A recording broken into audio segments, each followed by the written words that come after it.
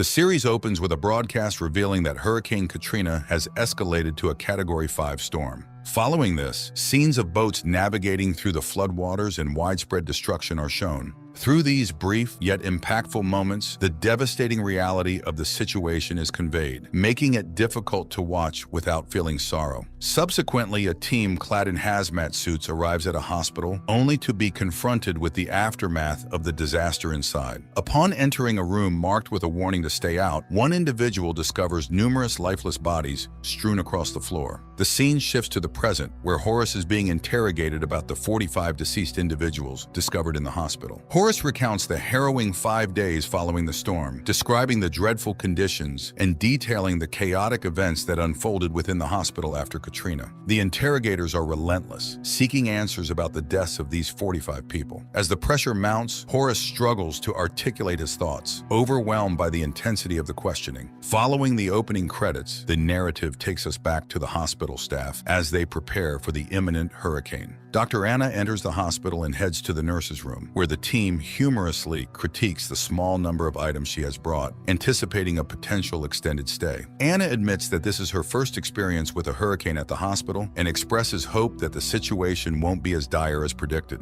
Meanwhile, outside, a few men are seen driving a metal stake into the ground to measure the rainfall, which currently indicates just over 1.5 feet. Inside the hospital, the incident commander, Susan, is gathering everyone to outline the forthcoming challenges. She emphasizes the rules and procedures they must adhere to in order to effectively care for the patients during the storm. Diane is seen conversing with another nurse about which patients require closer monitoring. She then visits one of her patients who appears to be recovering from her ailments. Following this, Dr. Anna is on the phone with her husband, expressing her wish for him to be with her instead of watching over their home. He reassures her that he needs to stay behind to protect their house and that they'll be reunited in a day or so. Meanwhile, Mark is driving home amidst the storm when a fallen tree obstructs his path, forcing him to take a detour. Upon reaching home, he and his wife are alarmed by a news report announcing a mandatory evacuation. This causes them to worry since Mark's mother is in the hospital. Diane then checks on Emmett, a patient who was mentioned as needing extra attention. They engage in a brief conversation about his family, ensuring he remains in contact with them. Mark, concerned for his mother, calls the hospital and manages to speak with her. She reassures him that she's being well cared for and mentions that her nurse, Jill, is right beside her. Unfortunately, their conversation is abruptly cut off as the phone signal drops. Next, Susan is with her mother, expressing her surprise at how overwhelming her responsibilities have become. As they talk, the flooding begins, with water seeping through the ceiling. Diane is the first to alert Susan about the leakage. Susan then confronts a man regarding the water intrusion, and he dismisses it as just windblown rain. Incredibly, he then mentions that their main concern is a flood and that if it happens, an evacuation will be necessary. Susan questions him about the evacuation procedure, but he admits he has no idea how to proceed. At this point, it becomes clear that Susan was unprepared for the magnitude of the situation she faces. She sits down with a hefty manual, trying to figure out the hospital's protocol in case of flooding. In a meeting with the hospital's senior staff, Susan informs them that the book contains no evacuation plans. She warns that if the basement floods, they will lose all their food and supplies, and if the water reaches 4 feet, the situation will become dire. The senior staff member reminds her that as the incident commander, all decisions fall under her authority. Chaos begins to unfold as the situation at the hospital deteriorates rapidly. Objects start flying around, and the rain intensifies, illustrating the full force of the hurricane. An elderly man, entranced by the storm, wanders to a window to watch, but Dr. Anna quickly finds him and guides him back to his room. Just as she settles him in, a deafening crash resonates through the building as something smashes through Susan's office window. The scene then shifts to the bridge connecting the two hospital wings, which is on the brink of collapse. Dr. Anna urgently calls Susan, who orders an immediate evacuation. As they scramble to evacuate, the water level has risen to over 3.5 feet. Karen frantically contacts Susan, urging her to get everyone out. Susan mobilizes the staff to gather all the food supplies in the basement and then instructs Horace to move patients from admitting to the second floor in a calm and orderly manner. Horace relays the urgency to Dr. Bryant, emphasizing the need for a swift but composed relocation. Amidst the chaos, Dr. Anna finds a terrified nurse in tears and bravely helps her across the perilous walkway. Everyone at the hospital remains alive, and that's the only hope they cling to at this moment. As Susan herself narrates in an interview, the ominous reality sinks in. The worst is still yet to come. The hospital staff breaks into a round of applause,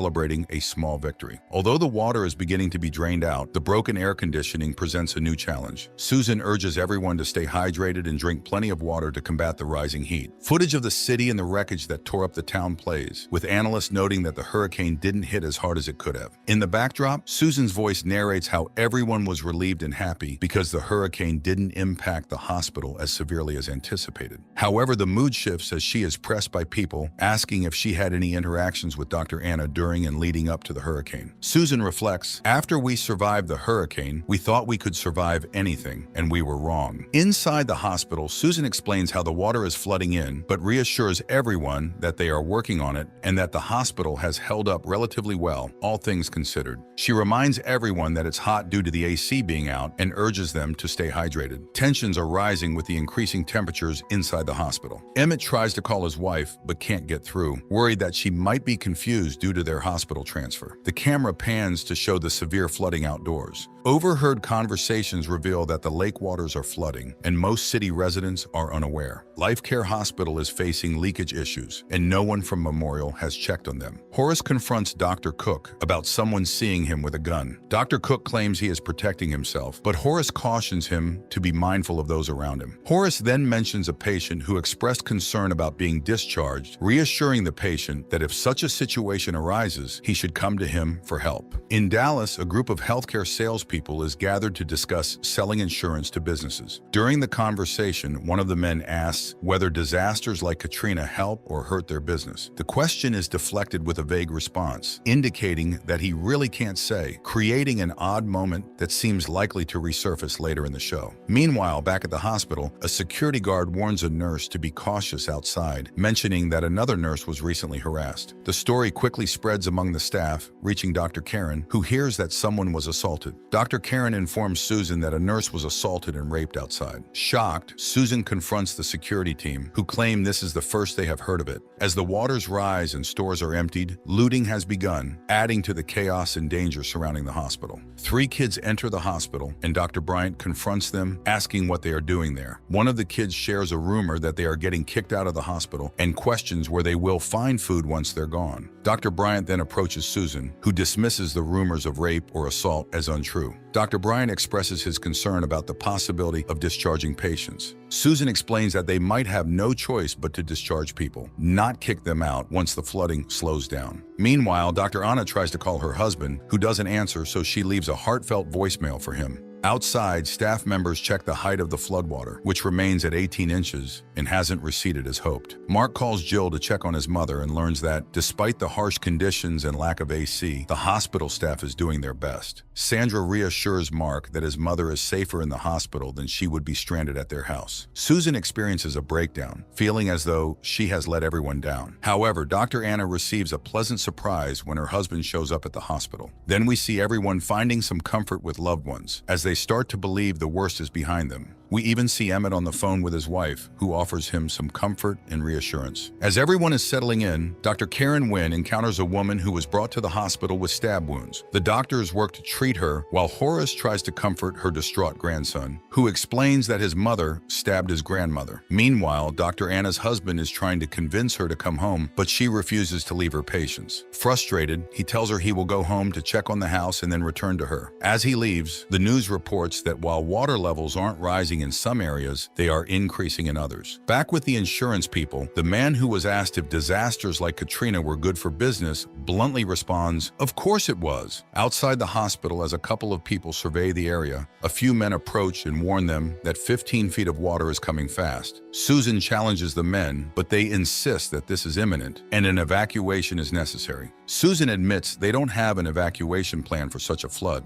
She quickly takes command, rallying resources and preparing for what's ahead. The episode concludes with someone urging Dr. Anna to call her husband back as they observe a tide coming in, carrying all sorts of debris. Dr. King is interviewed about the incident at Memorial Hospital. He tells the interviewer that crises reveal true character, highlighting Anna and the events surrounding her in the hospital. It's day 3 inside the hospital, and Susan is contemplating a complete evacuation. With the city's water pumps broken and the water levels rising, she fears the floodwaters could reach the 2nd floor. She realizes that the only viable solution solution might be to leave the hospital entirely. However, with the water continuing to rise and some patients in urgent need of evacuation, Susan faces another dilemma. The helipad on the roof hasn't been used in years, and there might not be a way to evacuate the patients via ambulances. The situation is becoming increasingly precarious, leaving Susan and the staff scrambling for a solution. The situation is complicated by friction between Memorial and LifeCare, with LifeCare being in a much more precarious position regarding patient evacuation. Diane from LifeCare approaches nurses, seeking clarity on the evacuation plans. Given that LifeCare is a private hospital with most of its patients in critical condition, moving them isn't a viable option. Meanwhile, in Dallas, a group of businessmen, including Michael Arvin, receive emails from Memorial requesting evacuation assistance. While some of his co-workers dismiss the emails, Michael takes the matter seriously and discusses with his boss, Steve, whether they can facilitate the evacuation. Michael senses the gravity of the situation and immediately begins trying to arrange medical services for Memorial. Despite his efforts, he hits several roadblocks and eventually sends an email deflecting the responsibility to the National Guard. Nevertheless, Michael continues to do everything he can to secure help for the hospital. The reality is that New Orleans is a poor community, and as often happens, the wealthy tend to look out for themselves. Consequently, services are scarce as they move into the city. At Memorial, the only viable solution seems to be moving patients up to the helipad. However, this option is fraught with difficulty due to the steep climb and the deteriorated state of the helipad, which has not been used in years, adding to the already high tension among the staff and patients. From their vantage point, the workers notice severe corrosion on the helipad, which could pose significant problems for landing helicopters. Despite these concerns, the hospital must begin evacuations and prioritize which patients to move first. The National Guard has promised to transport 35 patients by truck, leading Susan to decide that those on life support should be prioritized. However, the helicopter evacuation plan faces limitations, as they can only move one person out. Michael learns from his boss that using private helicopters and assistance from the state of Atlanta is not an option. They believe the responsibility should remain with the military and National Guard. When the military truck arrives, it can only accommodate 20 patients instead of the promised 35. Anna chooses to stay at the hospital rather than evacuate, while the neonatal care unit staff begin the tense and challenging task of moving up to the helipad. The situation becomes dire as there are no helicopters available, and even worse, the generators are about to fail. Water continues to flood in, leaving patients stranded. Sandra sends an urgent message to Michael, pleading for immediate assistance. Suddenly, the power goes out. The fans stop, the ventilators cease functioning, and the evacuation plan is put on hold. Rumors of snipers outside circulate on the news, and frustrations reach a boiling point for the desperate residents without an easy way out. The situation is precarious. Susan breaks the bad news to Anna, explaining that although corporate is doing everything possible to arrange a rescue, the high water levels make it impossible to bring trucks back. The fire department, tired of waiting, decides to take matters into their own hands and start rescue operations. Amidst the chaos, one of the patients goes into cardiac arrest. Anna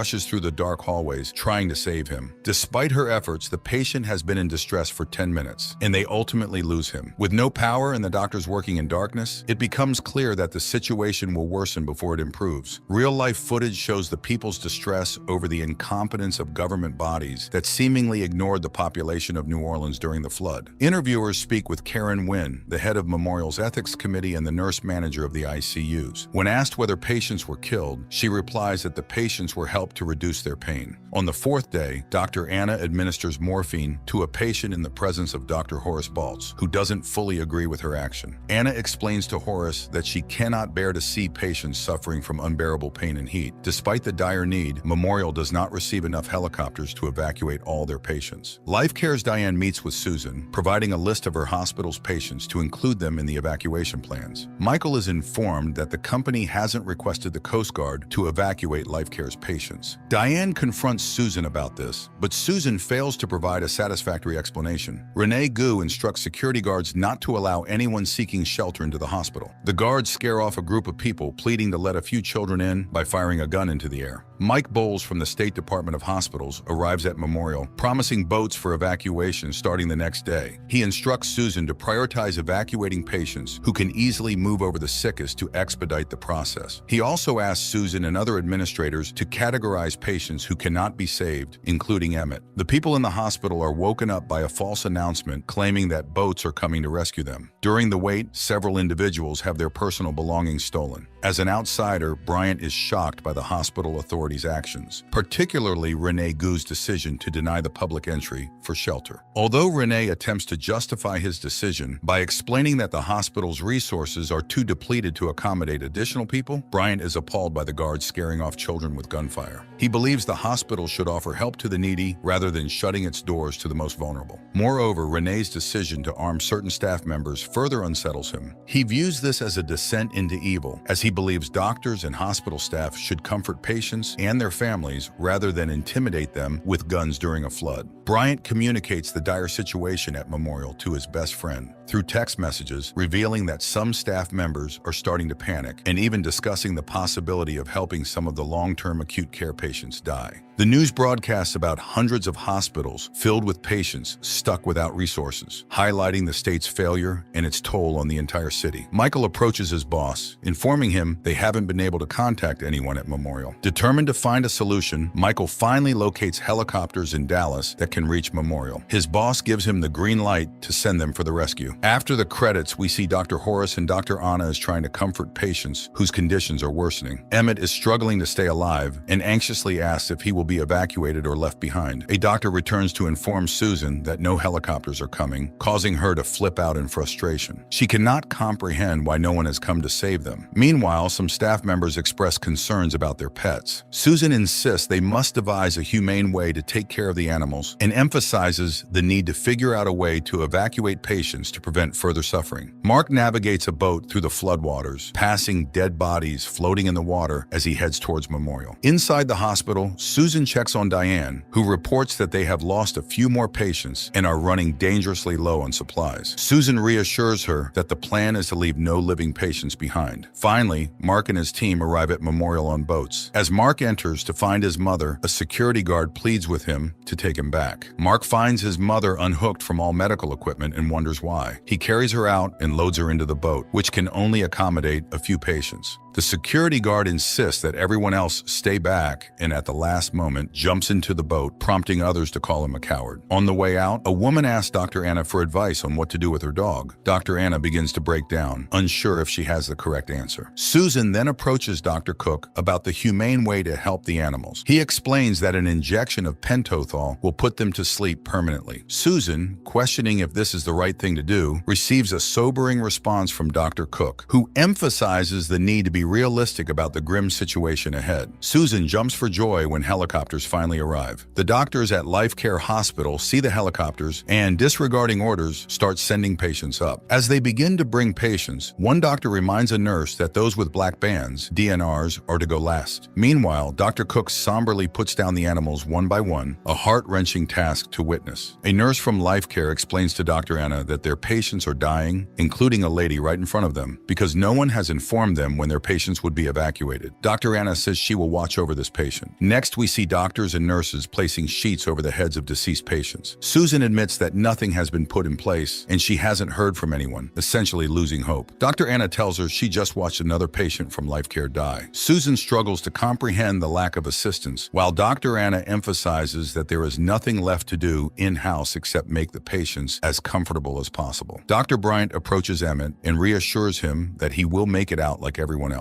A crew arrives by boat, informing them that rescue boats will come soon and everyone must be out by 5 p.m. Susan panics, realizing that this is not enough time to evacuate everyone. In a tense moment, Susan spreads the word to Dr. Anna about the mandate, who responds that it's never going to happen. Susan insists that if Anna hasn't spoken to Dr. Cook yet, now is the time. It's a harrowing implication that Susan is essentially giving the nod to consider euthanizing the patients who can't be evacuated. A nurse overhears Dr. Anna and Dr. Cook discussing the grim possibility and informs Dr. Bryant about their plan. The realization sets in that they won't be able to get everyone out in time, and they are considering ending the suffering of those who cannot be saved. The boats have arrived, and as they do, people begin making their way to evacuate patients one by one. The evacuation process finally gets underway. In a poignant moment, Susan sees her mom off, displaying a rare smile that reveals her raw emotion. Meanwhile, people work tirelessly to get patients up the steps to the rooftop and onto the helicopter. The end is in sight for many. Dr. Cook and his wife leave their dog behind, but as they board a boat, they see a woman bringing her dog on, which upsets his wife. Susan tells Dr. Horace that he has done his part and must evacuate with the next group. However, the security team begins to act aggressively, insisting that doctors and patients clear out immediately. One doctor asks Dr. Bryant to join them in prayer, but he declines, saying he has patients to care for. At that moment, he sees Dr. Anna injects patients with something, which infuriates him. Dr. Bryant packs a bag and decides to leave the hospital in anger. Meanwhile, a woman is told by security that it is time to go, but she pleads to stay with her mother. They force her to leave, and she begs to say her goodbyes in a heartbreaking moment. Dr. Anna informs the remaining doctors at Memorial that they are taking over the care of their patients. A nurse approaches Anna, expressing doubt that their patients will make it out. Dr. Anna tells Dr. Karen about the situation at Life Care, and they resolve to make the patients as comfortable as possible. Dr. Karen rallies everyone, reminding them that as doctors and nurses, they must do everything they can to evacuate their patients. At last, one of the largest patients at the hospital is finally being evacuated. Dr. Horace sits in the hot seat, ominously declaring that decisions were made after those 5 days that never should have been made. This spine-chilling opening sets the stage for the dissonant and tone-deaf response from President George Bush to the unfolding crisis in New Orleans. A series of montage news footage is seamlessly stitched together over his speech, capturing the contrast between his words and the grim reality on the ground. This beautifully edited sequence then transitions to Atlanta, 13 days after Katrina. Butcher is summoned to Baton Rouge to meet with the Attorney General, who wants to investigate what happened at Memorial Hospital. With 45 dead patients inside, the situation has raised significant concerns, prompting a thorough investigation. Joining him in this endeavor is Virginia Ryder, who works in the fraud department. As they receive evasive responses from Memorial's administrators and troubling reports from Life Care about morphine injections, the pair realizes they need to obtain Life Care's records and speak with Anna to uncover the truth behind the tragic events. Anna is having a meal with a Walker Shaw. With Memorial not reopening anytime soon, Anna finds herself in need of a new job. Walker offers her a position at a hospital in Tennessee. She eagerly accepts the offer without hesitation, wanting to jump straight back into work. In stark contrast, Susan, along with Karen and several other nurses, is tasked with phoning the families of the victims to deliver the awful news. They follow a scripted protocol to convey this devastating information. Meanwhile, Anna appears on TV, giving an interview about the patients and their deaths. Butcher listens to Anna's interview and remarks on how well-rehearsed it seems. Regardless, the interview gains mainstream attention, and CNN expresses interest in conducting their own interview with Anna. Virginia and Butcher decide to head down to New Orleans themselves. They find the city a desolate wasteland, with abandoned cars lining the roads and widespread destruction everywhere. Upon arriving at the hospital, they are stopped from entering. They are told they need a warrant and a hazmat suit to gain access, but they notice that the security personnel aren't even following their own protocols, raising yet another red flag. The focus then shifts to Anna, who prepares for the impending media storm by securing an attorney. She braces herself for the intense scrutiny and public attention that are about to descend upon her. She called Susan and told her CNN wants to interview her about a possible euthanasia in the hospital. Susan was hearing about this for the first time. She tried to reassure Anna and hung up. Horace is on the phone asking if a patient of his was on the list of the people that died, but he couldn't get any information. Butcher and Virginia eventually sit down with Diane, who provides a harrowing account of the events on day 5. Diane recalls Susan saying, "The plan is for no living patient to stay alive." Anna, she explains, was even more forthcoming, having told Diane that some patients would not make it, including Emmett Everett, who was conscious and aware of what was happening. Butcher is skeptical about the euthanasia story, finding it hard to believe.